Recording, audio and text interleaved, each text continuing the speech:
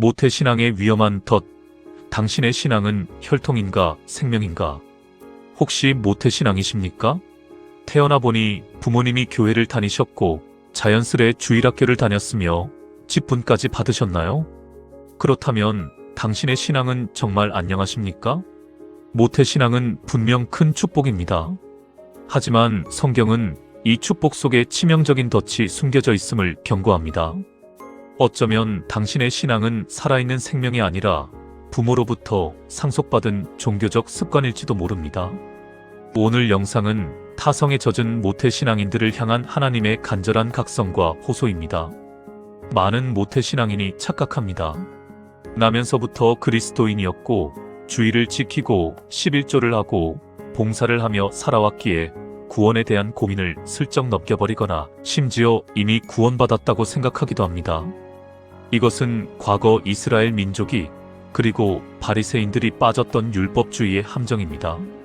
사도 바울은 율법의 행위로는 그의 앞에 의롭다 하심을 얻을 육체가 없다 로마서 3장 20절에서 단언했습니다. 율법은 우리를 구원하는 것이 아니라 우리가 얼마나 추악한 죄인인지를 깨닫게 해주는 거울일 뿐입니다. 모태신앙은 나의 의로움에 빠지기 쉽습니다. 죄를 짓지 않으려 노력하고 선한 행동을 하는 것이 곧 신앙이라고 생각합니다. 하지만 이사야 64장 6절은 우리의 선한 행위조차 하나님 보시기엔 더러운 옷 같다고 말씀하십니다. 하나님은 외적 행위가 아니라 내면의 새로운 생명을 보십니다. 거듭남은 사람의 지혜나 논리, 오랜 신앙 경력으로 얻어지는 것이 아닙니다. 자신의 생각과 경험, 율법적인 잣대를 내려놓고 어린아이와 같이 순수하고 겸손한 마음으로 하나님의 말씀 앞에 서야 합니다. 그 말씀의 거울에 비친 내 영혼의 적나라한 모습을 보아야 합니다. 하나님은 모든 사람을 사랑하시지만 우리가 사랑받을 만큼 사랑스러워서가 아닙니다.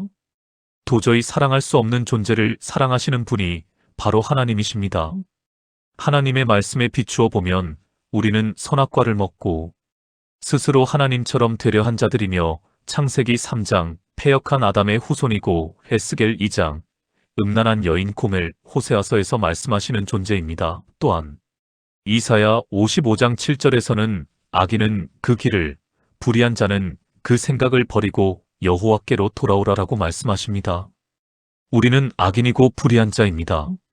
예수님은 너희가 돌이켜 어린아이들과 같이 되지 아니하면 결단코 천국에 들어가지 못하리라 마태복음 18장 3절에서 말씀하셨습니다.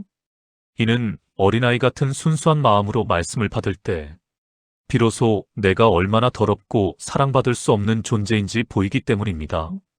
내가 지옥에 갈 수밖에 없는 전적으로 타락한 죄인임을 인정하는 것, 그것이 거듭남의 시작입니다. 율법의 선생 니고데모에게 예수님은 단호하게 말씀하셨습니다. 사람이 거듭나지 아니하면 하나님의 나라를 볼 수 없느니라. 요한복음 3장 3절. 당신의 영혼에 이 주님의 음성이 천둥처럼 부딪혀야 합니다. 오늘 우리는 요한복음 1장 12절과 13절 말씀을 통해 거듭남의 본질을 더 깊이 묵상해야 합니다. 영접하는 자, 곧 그 이름을 믿는 자들에게는 하나님의 자녀가 되는 권세를 주셨으니 이는 혈통으로나 육정으로나 사람의 뜻으로 나지 아니하고 오직 하나님께로서 난 자들이라. 이 말씀은 우리에게 충격적인 진리를 선포합니다. 하나님의 자녀가 되는 것은 부모님의 신앙이나 교회의 전통, 즉 혈통으로 결정되는 것이 아니라는 것입니다. 인간의 의지나 노력, 즉 육정이나 사람의 뜻으로도 얻을 수 없다는 것입니다. 구원은 오직 하나님께로서 나는 것입니다. 하나님의 초자연적인 역사로 우리의 죽었던 영이 다시 살아나는 것, 그것이 바로 거듭남입니다. 모태신앙이라는 배경이 우리를 자동으로 하나님의 자녀로 만들어주지 않습니다.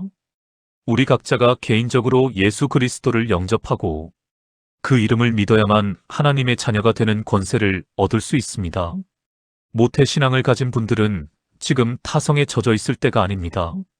주님 오실 날은 도둑같이 가까워졌는데 당신의 영혼은 안녕하십니까? 형식적인 종교의 옷을 찢고 하나님 앞에 정직하게 엎드리십시오.